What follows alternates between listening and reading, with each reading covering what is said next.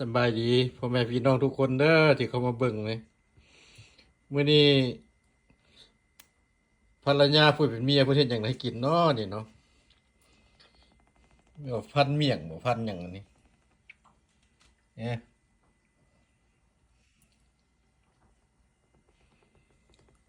มาเด้อปั้นข้าวเช้ามื้อเช้าแล้วเนาะ3-4โมงเนาะไปอันนี้เป็นหยังเนาะอันนี้สิได้ถามแบบนึงเองข้าวซอยบ่แม่นหยังอันนี้โอ้พุ่นน่ะเป็นตาแซ่บเด้อมาเด้อผู้ใดก็ได้เนี่ย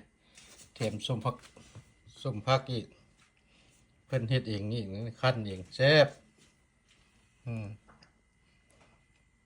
นี่ผักกับผักพันเมี่ยง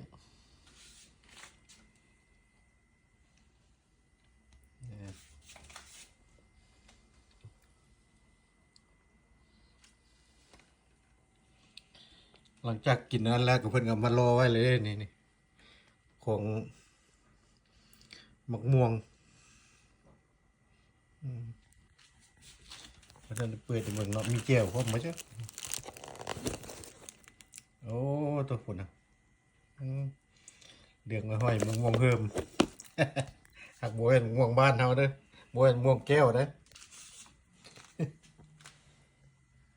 เด้อมาพันนำกัน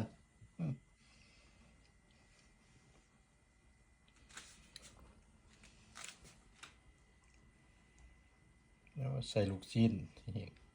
ถ้วยนี้ถ้วยพิเศษถ้วยน้อยมีเลือดมีลูกชิ้นโอ้เป็นตาซีมท่านนี่อดบ่ได้ละสิได้ซีมละ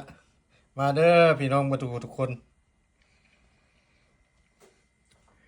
อยู่ทางดอนเด้อพาเข้าไปดอนๆนี่เด้อ